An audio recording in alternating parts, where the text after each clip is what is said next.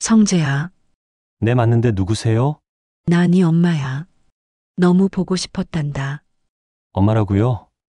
4살 때 버릴 땐 언제고 왜 연락하셨어요? 그것보다 성재야, 은호가 위험해. 수십 년 만에 나타난 성재의 친엄마는 다짜고짜 은호에 대한 경고를 합니다. 친엄마는 어떻게 은호를 알고 있었던 걸까요? 또 은호에게 무슨 일이 생기는 걸까요? 하지만 성재가 알게 된 진실은 이게 끝이 아니었습니다. 친엄마가 집을 나간 건 성희의 계략이었거든요. 구독과 좋아요를 눌러주세요. 지금부터 시작합니다. 어두운 밤, 박성재의 차 안은 무거운 침묵으로 가득했습니다. 핸들에 이마를 기댄 채 그는 길게 한숨을 내쉬었습니다. 조금 전 본 장면이 머릿속에서 떠나질 않았어요. 지은호가 이 지역의 초상화를 바라보던 그 애틋한 눈빛. 그리고 은호가 지역을 바라보는 그 모습, 그 순간까지요. 성재의 가슴 한편에서는 무언가가 서서히 부서지고 있었습니다. 9년이라는 긴 시간 동안 품어온 마음이 허무하게 무너지는 듯한 느낌이었죠. 결국 난 안 되는 건가? 그가 중얼거리듯 혼잣말을 했습니다. 씁쓸함과 상실감이 파도처럼 밀려왔어요. 은호를 향한 마음을 이제 정말 정리해야 하는 걸까요? 아니면 이대로 포기할 수 없는 걸까요? 그의 마음은 갈피를 잡지 못하고 있었습니다. 바로 그때였어요. 휴대폰이 진동하며 메시지 알림이 울렸습니다. 낯선 번호였죠. 성재는 무심코 화면을 확인했습니다. 오래전 당신 곁을 떠나야만 했던 사람입니다. 고성이 그 여자를 믿지 마세요. 당신과 당신이 아끼는 사람 모두 위험합니다. 성재의 표정이 순식간에 굳어졌습니다. 심장이 거칠게 뛰기 시작했어요. 떠나야만 했던 사람, 고성이를 믿지 말라고?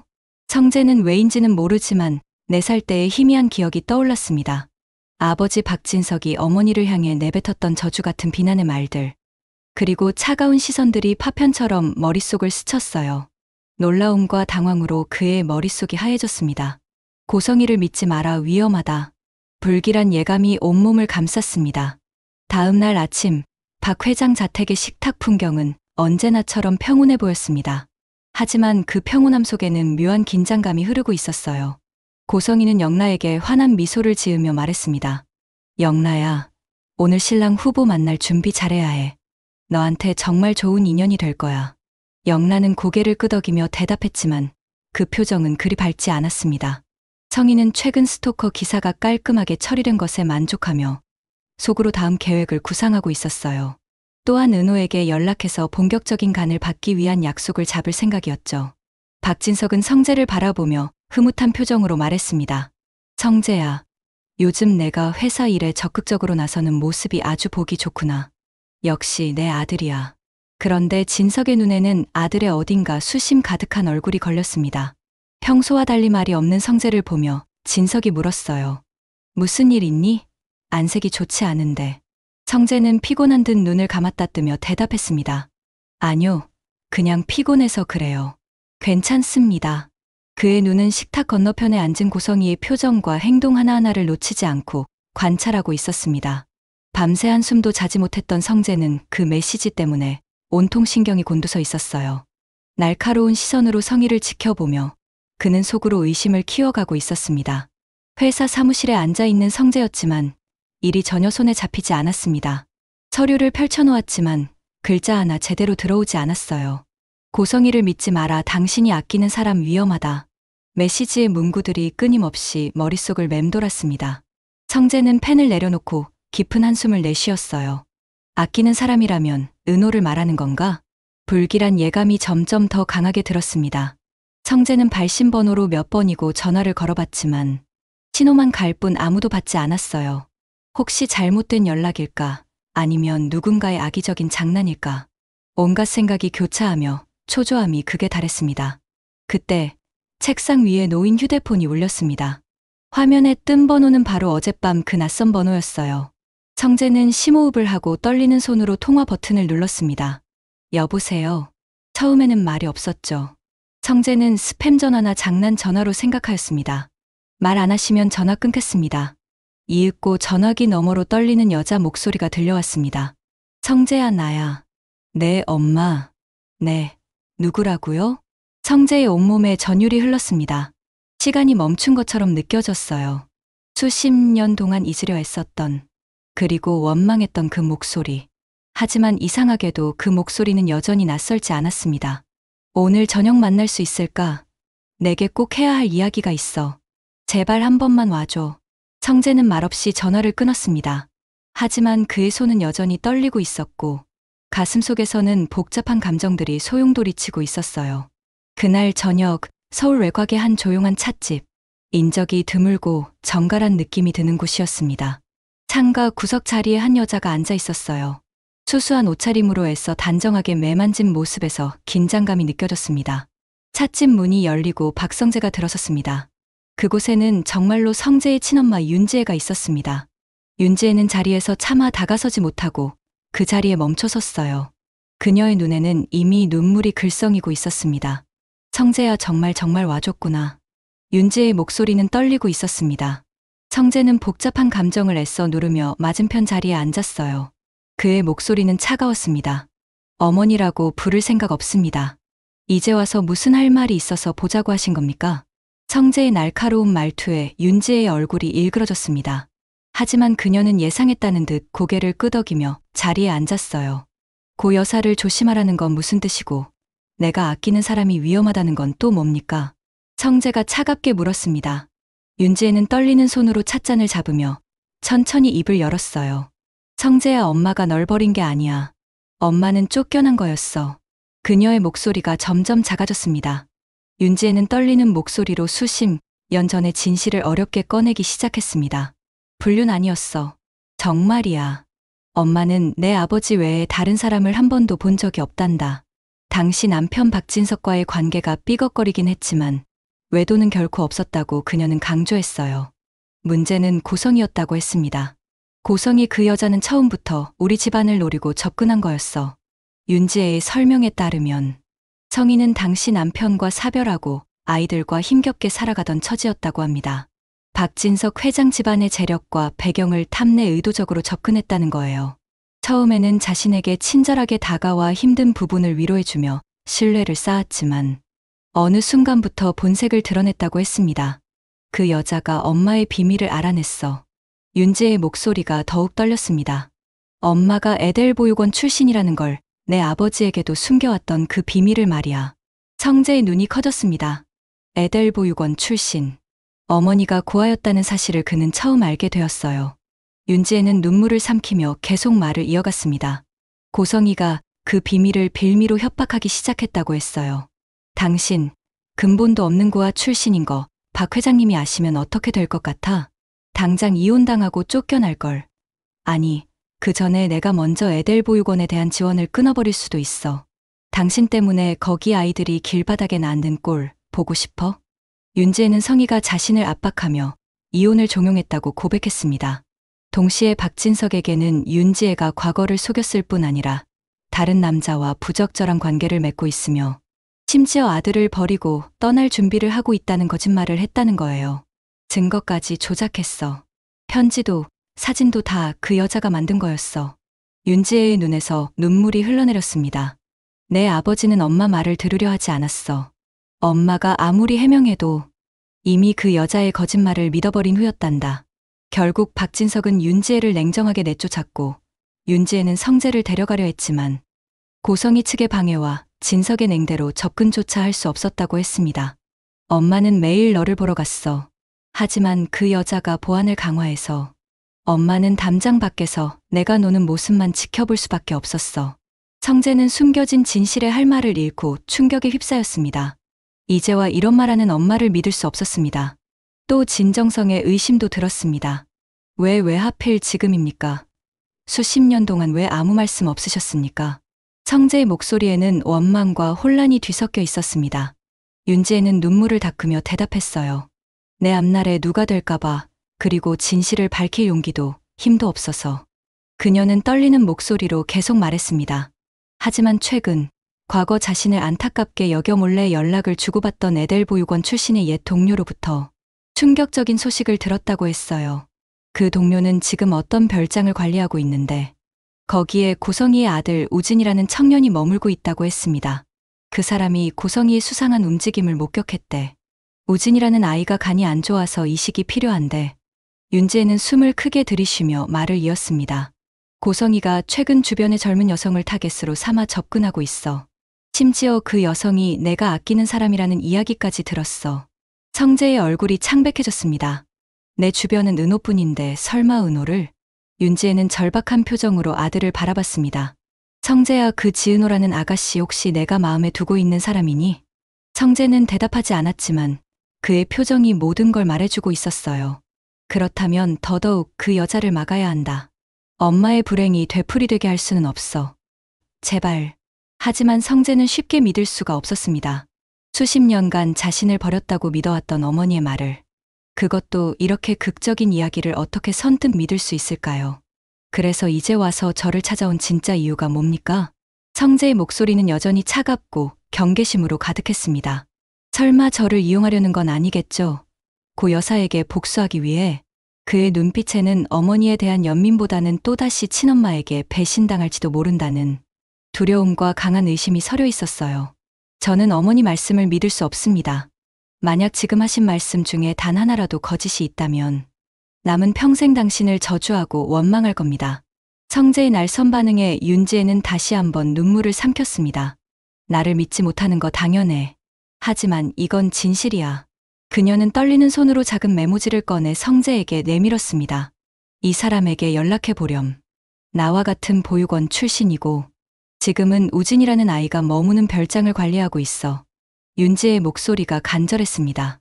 그 사람이 고성이의 실체와 내가 알아야 할 모든 것을 알려줄 거다. 부디 너와 내가 아끼는 사람을 지키렴. 윤지혜는 메모지를 성재의 손에 쥐어주고는 더 이상 견딜 수 없다는 듯 황급히 찻집을 나섰습니다. 혼자 남은 성재는 메모지를 쥔 채 깊은 혼란에 빠졌어요. 그의 머릿속에는 수많은 생각이 소용돌이치고 있었습니다. 며칠 후 성재는 윤지혜가 알려준 연락처로 전화를 걸었습니다. 몇 번의 통화 끝에 그는 별장 관리인과 만나기로 약속을 잡았어요. 만남의 장소는 외진 곳이었습니다. 관리인은 고성이의 눈을 피해야 했기 때문이죠. 약속 장소에 나타난 관리인은 50대 중반의 여성이었습니다. 그녀는 주변을 살피며 조심스럽게 성재에게 다가왔어요. 윤지혜 씨한테 부탁을 받았습니다. 하지만 솔직히 말씀드리면 무섭습니다. 고성이 여사는 정말 무서운 분이거든요. 관리인의 목소리는 떨리고 있었습니다. 하지만 그녀는 용기를 내어 말을 이어갔어요. 하지만 지혜가 겪은 일을 생각하면, 그리고 요즘 제가 별장에서 목격한 것들을 생각하면 이대로 있을 수만은 없다고 생각했습니다.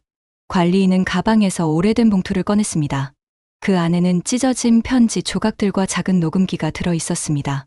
이건 수십 년 전 지혜가 쫓겨나던 날 제가 쓰레기통에서 주워 모은 것들입니다. 관리인의 설명에 따르면 그날 고성이가 윤지혜를 협박하는 모습을 우연히 목격했고 뭔가 이상하다는 생각에 증거를 모아두었다고 했습니다. 그리고 이 녹음기에는 최근에 고 여사가 전화로 누군가와 나눈 대화가 담겨 있습니다.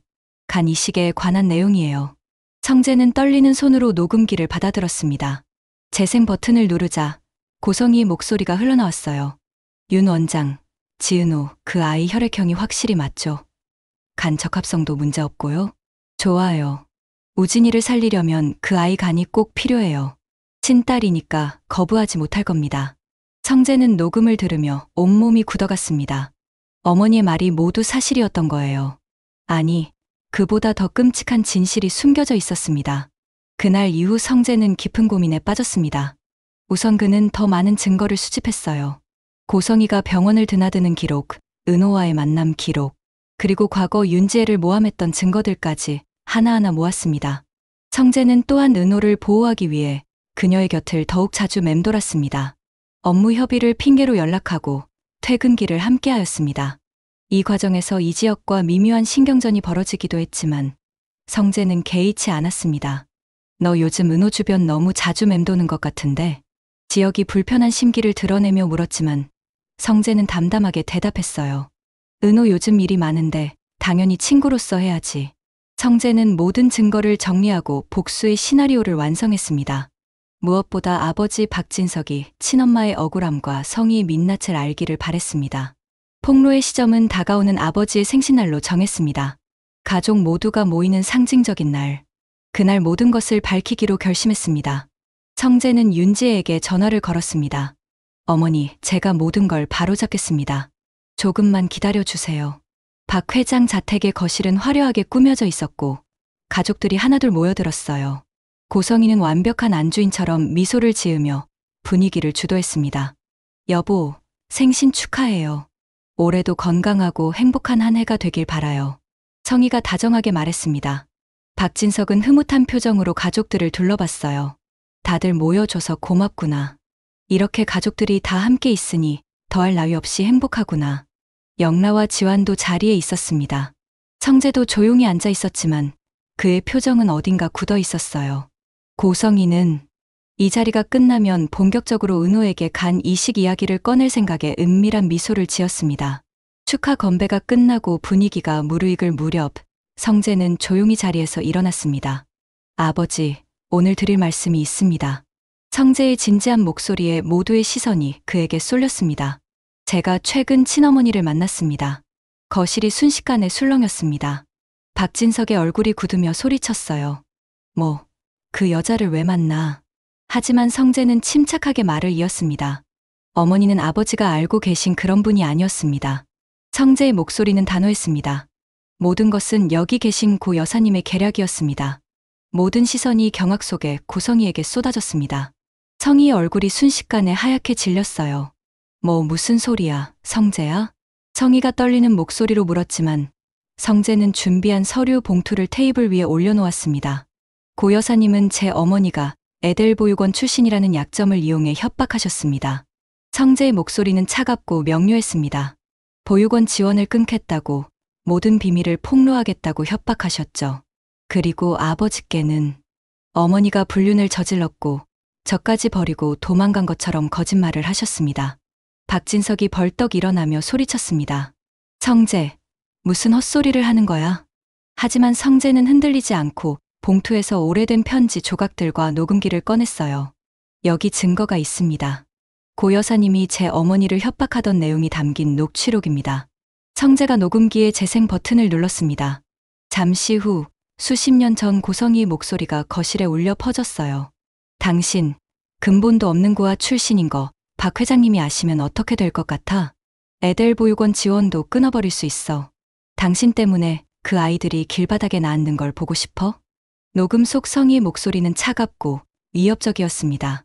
거실에 있던 모든 사람들이 충격에 빠졌어요. 아니야. 이건 조작이야. 성재, 내가 뭘 잘못한 거야. 성희가 발악하듯 소리쳤지만 성재는 계속해서 증거를 제시했습니다. 그리고 이건 고 여사님이 당시 조작했던 편지의 원본입니다. 제 어머니의 필체를 흉내낸 가짜 편지였죠. 박진석은 증거들을 하나하나 확인하며 몸을 떨었습니다.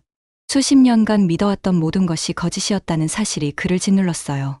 그는 고성희를 돌아보며 떨리는 목소리로 물었습니다. 당신 이게 정말이요?